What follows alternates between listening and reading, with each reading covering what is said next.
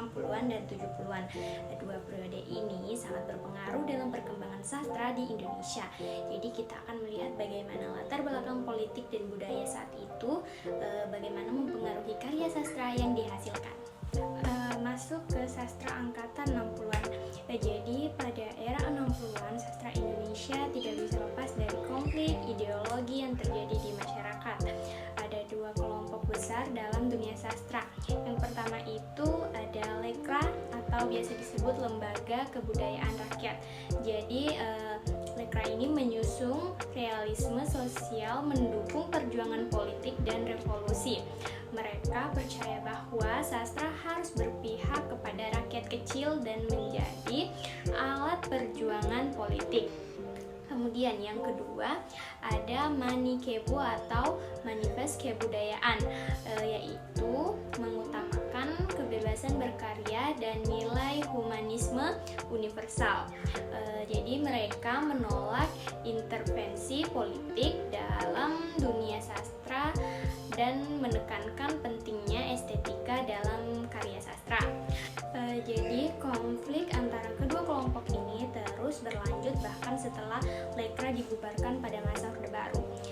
Salah satu contoh nyata adalah polemik saat Pramoedya Anantatoer menerima Ramon Magsaysay Award pada tahun 1995.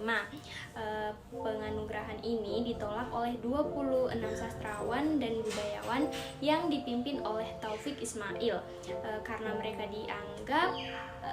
mereka menganggap Pramoedya masih terkait dengan Lekra. Selain itu, pada periode ini juga terjadi kontroversi besar di dunia sastra yang dikenal sebagai heboh sastra. Ini bermulai dari penerbitan cerpen Langit Makin Mendung di majalah sastra tahun 1968.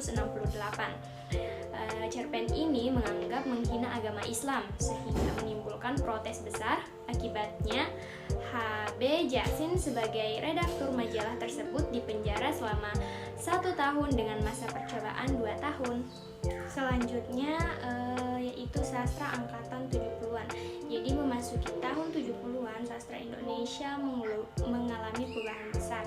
Jika sebelumnya banyak diwarnai konflik ideologi, pada era ini muncul semangat baru dalam berkarya yang lebih eksperimental dan bebas. Beberapa ciri khas sastra angkatan 70-an yaitu yang pertama, puisi mbeling. Bentuk puisi ini yaitu puisi yang lebih santai, nakal, menolak aturan baku dalam sastra. Nama mbeling diambil dari rubrik puisi dalam majalah Aktuil yang terbit di Bandung. Salah satu tokoh utama gerakan ini adalah Remy Silado, seorang pengarang, wartawan, dan dosen yang dikenal karena karyanya yang unik dan berani. Kemudian yang kedua yaitu eksperimentasi dalam prosa. Jadi penulis memulai mencoba bentuk baru dalam menulis cerpen dan novel. Bahkan ada cerpen yang hanya terdiri dari 1 atau 2 kalimat sehingga terlihat seperti puisi. Selain itu, banyak penulis mulai mengeksplorasi tema eksistensialisme, yaitu pencarian makna hidup dan identitas diri. Yang ketiga itu ada munculnya sastra populer. Jadi di era ini sastra tidak hanya hadir dalam bentuk buku tetapi juga muncul dalam cerita bersambung di media massa.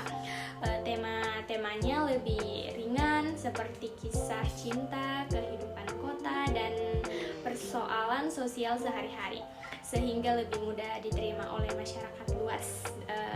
Kemudian perbedaan utamanya antara sastra 60-an dan 70-an itu adalah arah dan kebebasan berkarya. Jadi jika di era 60-an karya sastra lebih dipengaruhi oleh konflik politik dan ideologi, maka di era 70-an itu sastra lebih eksperimental, terbuka, dan juga beragam.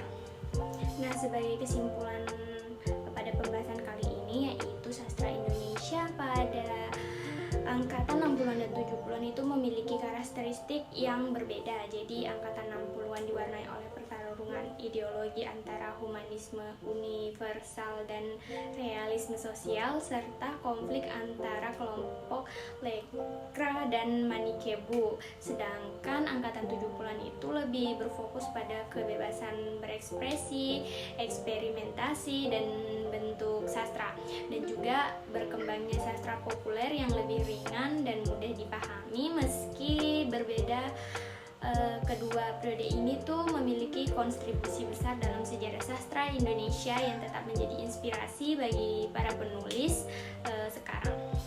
Jadi terima kasih telah menyimak video saya. Jangan lupa untuk terus membaca dan mendukung karya sastra yang ada di Indonesia. Sekian dari saya. Wassalamualaikum warahmatullahi wabarakatuh.